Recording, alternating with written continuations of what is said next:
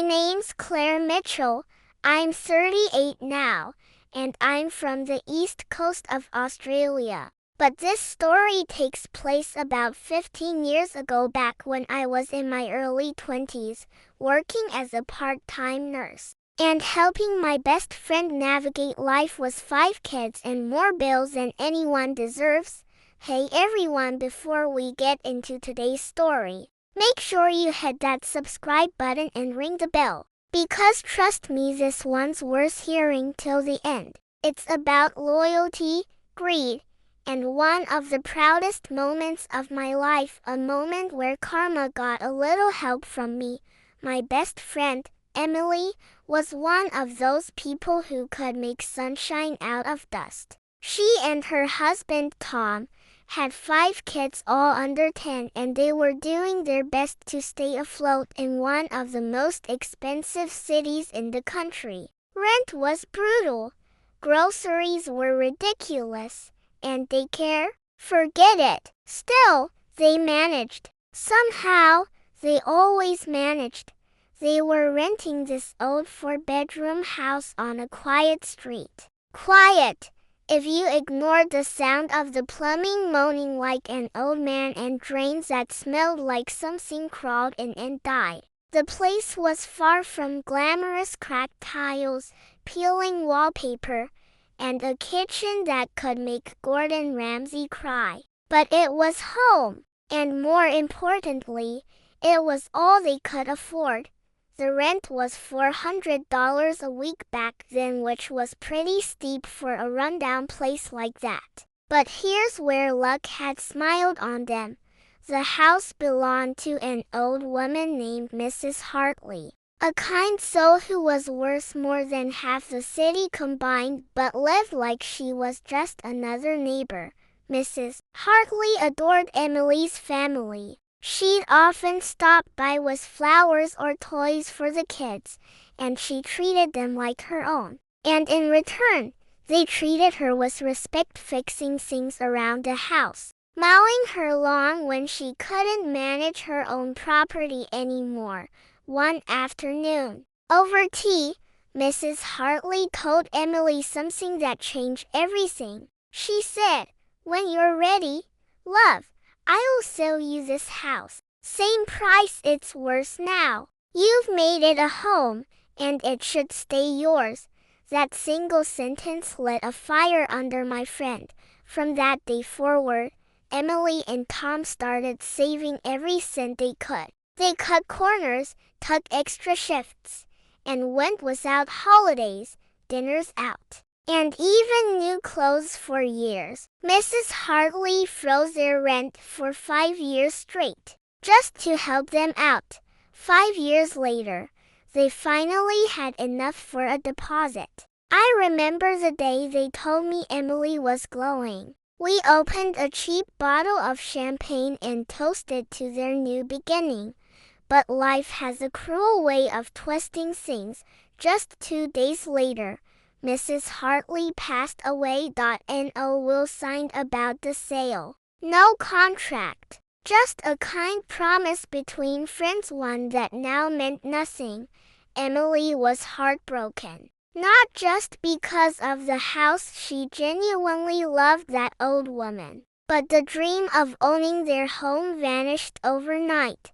Then came the new owners, Mrs. Hartley's 4 adult children, each of them already rich beyond reason. They inherited a massive portfolio of properties, including Emily's rental. At first, they seemed decent enough. They told Emily and Tom they intended to honor their mother's word and would sell them the house after probate cleared. They just needed time for the legal stuff to settle.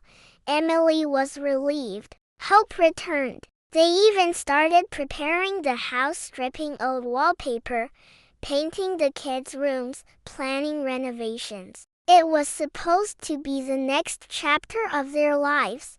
But then, everything went wrong. When probate finally cleared, Emily and Tom reached out, ready to go through with the purchase. They applied for the loan, but the bank came back with a strange response. Their loan was denied. The reason? The price of the house had gone up by 80,000. The new owners had quietly raised the price without saying a word to them. It wasn't a misunderstanding. It was greed, plain and simple. And to make it worse, they gave my friends 7 days before putting the property on the open market. 7 days to either come up with the extra money or lose their home.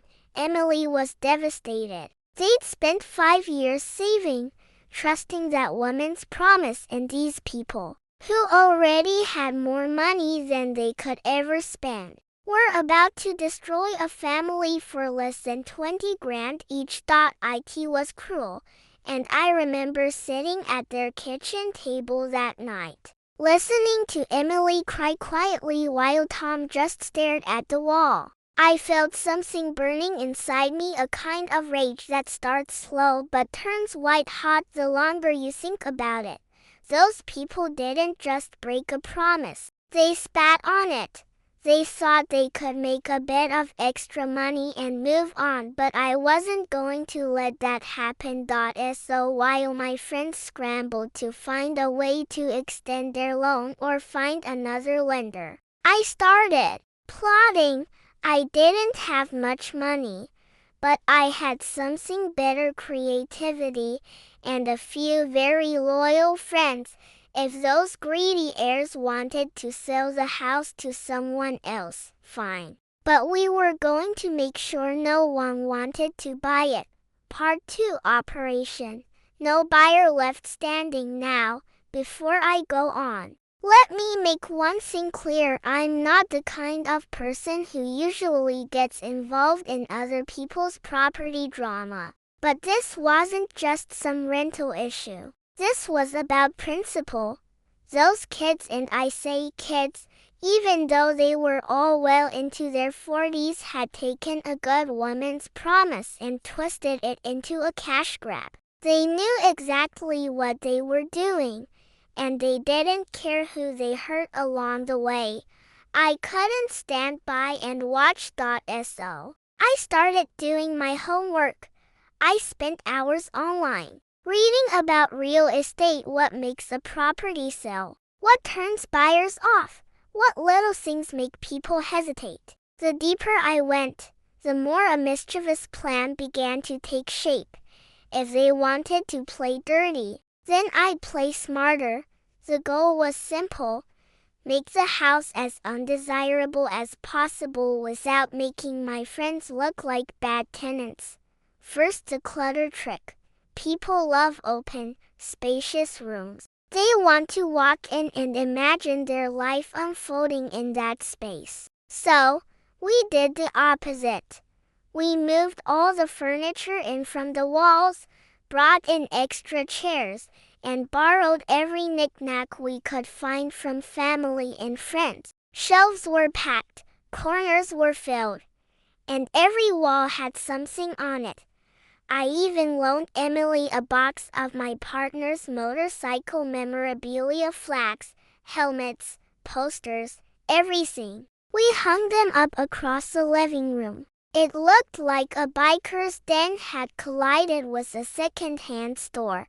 The effect was immediate. The house felt smaller, busier, and just slightly chaotic. Next, the smell.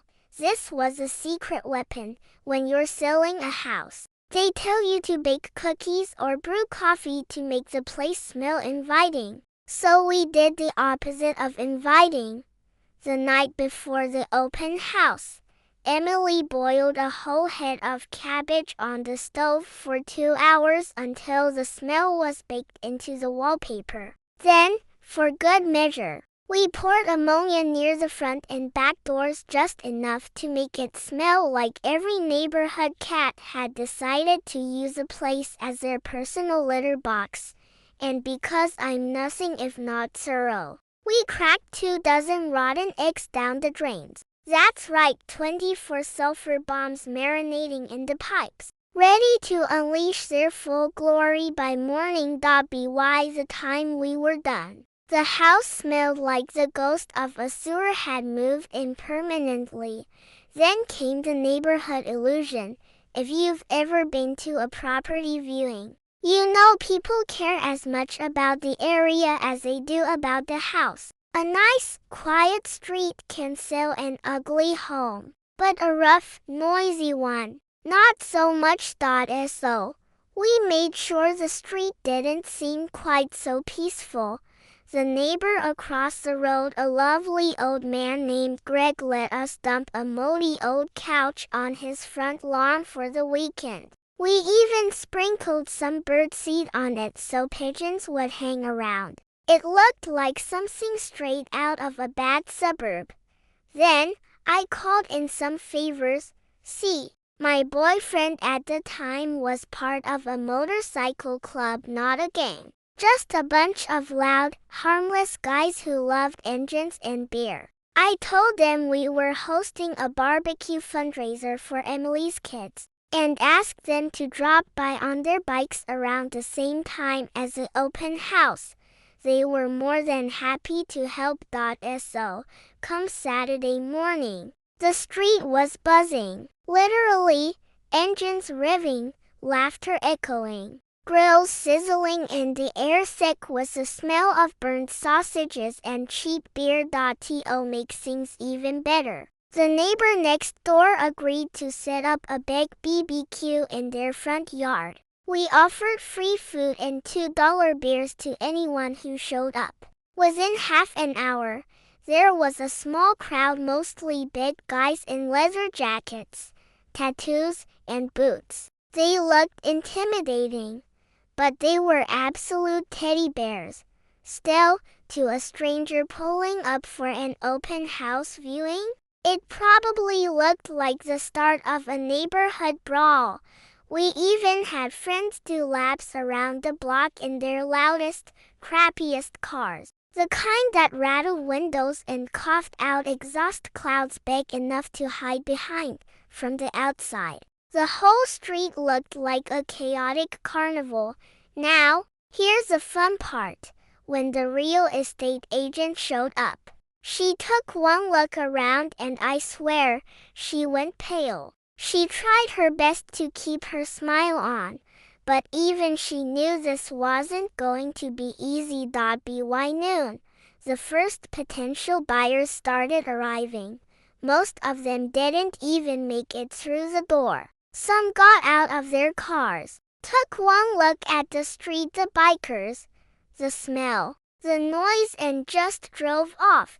One woman actually parked across the street, rolled down her window, watched the party for about 30 seconds, and then quietly reversed back out. But there was one brave soul, a middle-aged man in a nice shirt and polished shoes, who decided to give it a go. He walked in, took a deep breath, and almost gagged. Still, he tried to play it cool, walking around like he could see the potential.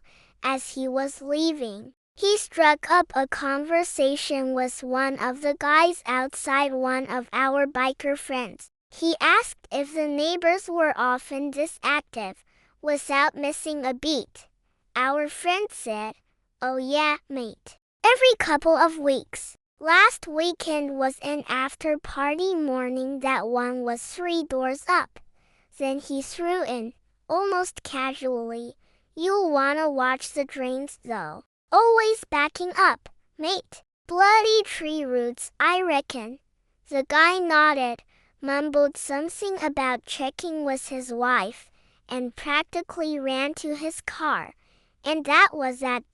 No offers, no interest, just one quiet, desperate family, Emily and Tom, who made their offer for the original price. And because of the laws in our state, strict anti-gazumping rules, once their offer was accepted and the deposit was paid, the sellers couldn't legally take a higher offer that came later. So when the next day, that brave man came back with an offer $30,000 higher, It was already too late. The paperwork was signed. The deal was done. Emily and Tom had won.